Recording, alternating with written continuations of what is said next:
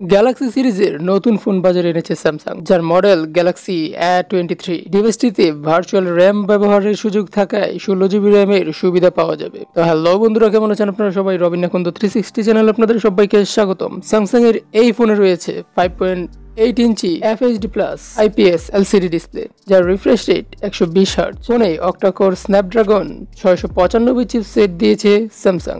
8 GB র্যামের এই ফোনে থাকছে 256 GB স্টোরেজ।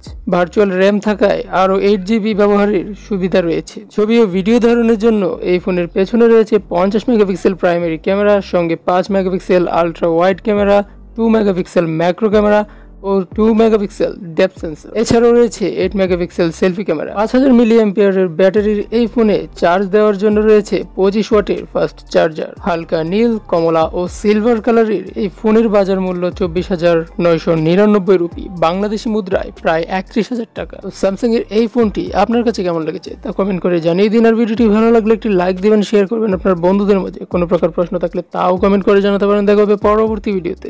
ধন্যবাদ।